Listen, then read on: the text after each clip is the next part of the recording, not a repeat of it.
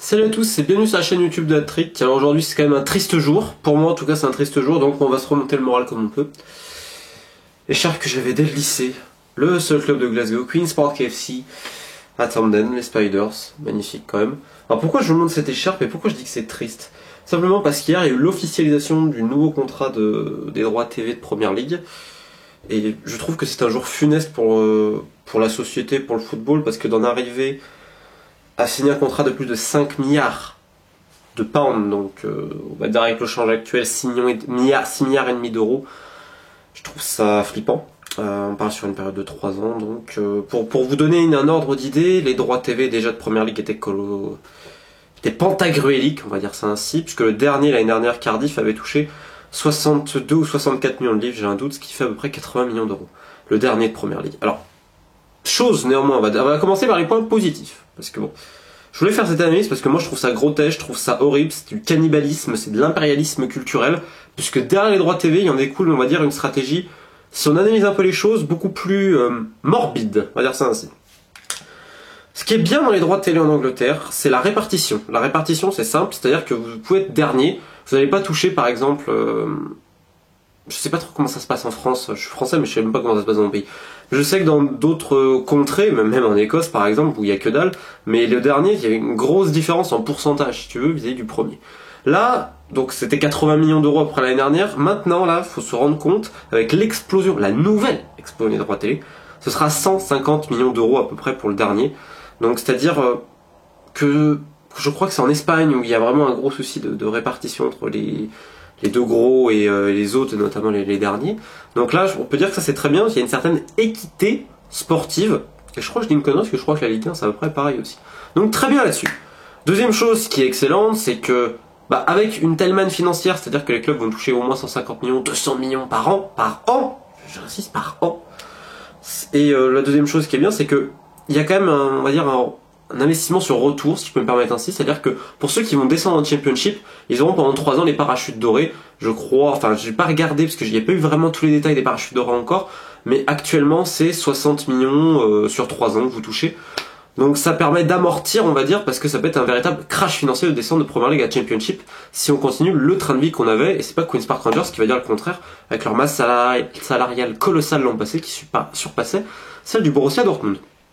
Bref, voilà pour les points, on va dire, positifs. On peut se dire, ils vont peut-être investir dans certaines choses, ils vont faire des opérations plus de charité, ils vont peut-être aider certains petits clubs, ils vont peut-être refaire des terrains, donc ce sera bien pour la jeunesse d'avoir des vrais terrains, des vraies installations, super. Maintenant, derrière tout ça, il y a quoi? Il y a déjà le fait que, je vais pas faire le démago, mais c'est obscène. Je veux dire, 5 milliards de livres pour diffuser du football. Attends, mais moi je trouve ça dégueulasse, parce que je suis un grand fan, et franchement, je m'entendrai jamais critiquer l'argent qu'ont touché les joueurs, par exemple. Parce que je pense pas qu'ils mettent un couteau sous la gorge. Au bout d'un moment, c'est un système.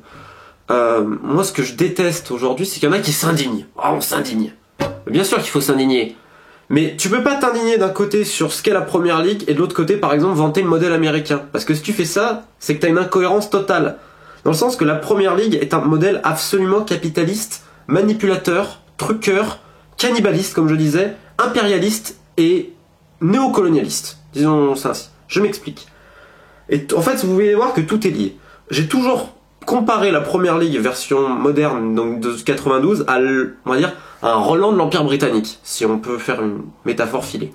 Pourquoi? Parce qu'aujourd'hui, l'Angleterre, le modèle anglo-saxon, impose sa culture et son mode de vie. On le voit bien dans le domaine politico-social, on impose notre mode de vie occidental influencé par l'Amérique, influencé par ceux qu'on regarde, influencé donc par Hollywood. Exemple tout bête, j'ai récemment travaillé avec un caméraman anglais très connu qui a travaillé avec Al Jazeera et d'autres choses. Quand il filme pour un truc américain, pleine lumière, on met tout, faut que ça soit blanc.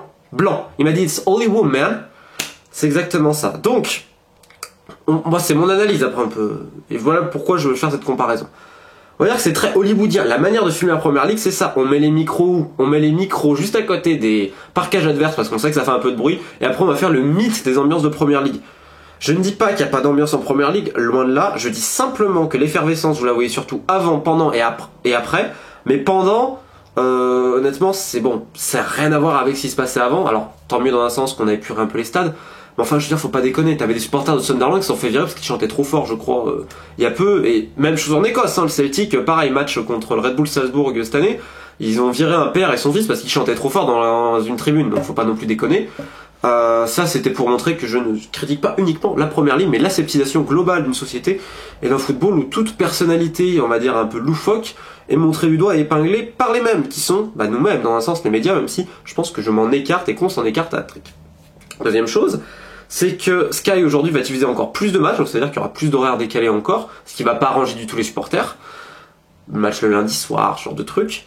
Et en fait, vu que ça va être diffusé mondialement, je veux dire, ils ont même vendu les droits avec BT Sky, donc, et les diffuseurs dans la première ligue, pour une compagnie d'avions asiatique. Donc c'est-à-dire que quand vous prenez l'avion dans cette compagnie, j'ai perdu le nom, vous voyez que de ça, que de la première ligue. L'idée, en fait, c'est de faire bouffer de la première ligue aux gens, et entre guillemets, vous en faites des parfaits consommateurs après. C'est ce qui crée un réel problème en Angleterre vis-à-vis des jeunes générations qui aujourd'hui, je veux dire, un enfant, un adolescent, ça reste candide, ça reste naïf, c'est très influençable. Je veux dire, même s'il y en a beaucoup qui sortent, etc., dès le plus jeune âge pour passer leur temps dans les rues, on passe à certains quartiers de Liverpool, ou Sheffield, ou Leeds, ou Glasgow pour ceux qui sont en Écosse, quand vous rentrez, admettons vous allumez la télé, vous voyez quoi? La première ligue, etc. En plus on vous montre des stars, on vous en parle bien, on vous montre genre c'est une belle image, ils font des opérations caritatives, bien sûr. Enfin voilà, on vous montre plein de jolies choses, des beaux gestes, parce que c'est quand même des très bons joueurs, attention. Hein. Donc forcément vous êtes, j'allais dire, endoctriné par l'image première ligue et par ce que c'est. Donc vous allez plus naturellement suivre un club de première ligue, un club gagnant, c'est plus facile, que votre club local. Donc moi je trouve que ces droits télé et surtout l'utilisation qui est faite derrière par un mondialisme patenté met en danger les clubs de la World League.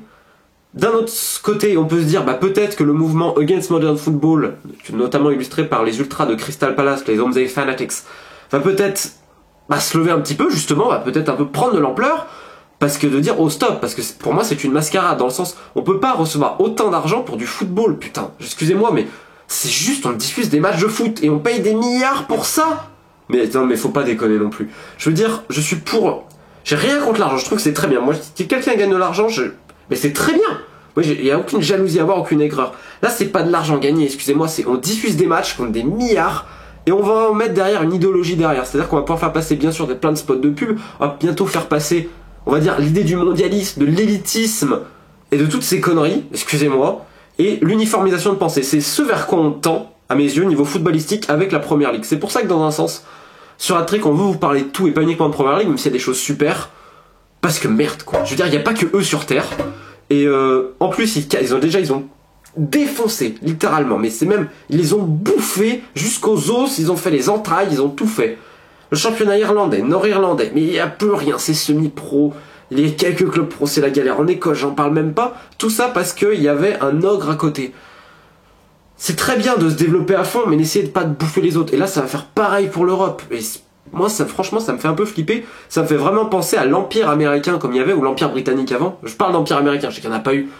Mais on peut quand même dire ça, parce qu'on va dire qu'il y a toujours ce rêve américain, comme on compare souvent avec le rêve anglais en football. C'est très bien d'avoir ce rêve, et je le comprends, parce que la ferveur qu'il y a ici, c'est exceptionnel. Tout ce que vous avez autour du match, c'est magnifique. La chance qui est donnée à des jeunes qui partent de rien, l'ouverture d'esprit, la manière de jouer, c'est magnifique, attention. Mais méfiance, parce que je trouve ça très très dangereux, et on peut pas admettre, excusez-moi, que des diffuseurs télé, donc avec tout ce que ça comporte, payent des milliards pour diffuser du foot. Moi je trouve ça aberrant. À la rigueur ils peuvent le faire, mais le truc c'est que ça va être utilisé à des fins derrière, et ça peut être en danger pour le foot dit traditionnel, j'allais dire le foot à papa entre guillemets, et local, ça me fait un peu peur. Tous les clubs notamment semi-pro, ou les petits clubs de Ligue 1, Ligue 2, D3, D4 anglaise, comment ils vont faire? Je pense à Leyton Orient, avec le déménagement de West Ham dans le stade olympique, c'est à juste 1 km et quelques du stade de Leyton Orient. Comment ils vont faire avec l'omniprésence, l'omnipotence de la première ligue à côté? Et je trouve ça scandaleux, parce qu'il y a des milliers de gens, il y en aura toujours, on va dire, un vrai cercle de fans. On n'a pas le droit de leur enlever leur passion, tout simplement parce qu'on a décidé que c'était pas assez rentable, ou parce qu'il y a quelque chose qui, entre guillemets, intéresserait plus les foules, et pour le mondialisme. Je trouve ça absolument scandaleux. Bon, c'est pas moi qui vais faire quelque chose, on va malheureusement rien faire. La seule chose que je vous dis, c'est des fois d'être, entre guillemets, ouvert d'esprit, de pas simplement se cantonner à la première ligue. Qu'importe le niveau, c'est très bien, même s'il y a des énormes purges, regardez pas Sunderland cette année, regardez pas QPR cette année. Il y a des équipes, parfois on se demande, ça n'a ni queue ni tête. Alors après, vous allez me trouver peut-être très sévère, entre guillemets, mais Mais je parle en tant qu'humain, quoi, et je trouve ça absolument choquant, révoltant. Mais je me suis déjà assez répété, donc je le répète, vive Queen's Park FC, ludere cosa ludendi, en latin, donc to play for the sake of playing, jouer pour le plaisir du jeu. Les Spiders, c'est ça. Je réclame pas de la démagogie amateuriste, loin de là, le professionnalisme c'est super, ça permet à des mecs de vivre de leur passion, je pense qu'il le faut. Mais quand même, excusez-moi de penser que ce club-là, ça vaut bien mieux que toute cette farce qui est en train de devenir la Première Ligue. Sur ces paroles pleines non pas de sagesse mais plutôt belliqueuses, et je vous souhaite une bonne fin de journée sous la grisaille écossaise.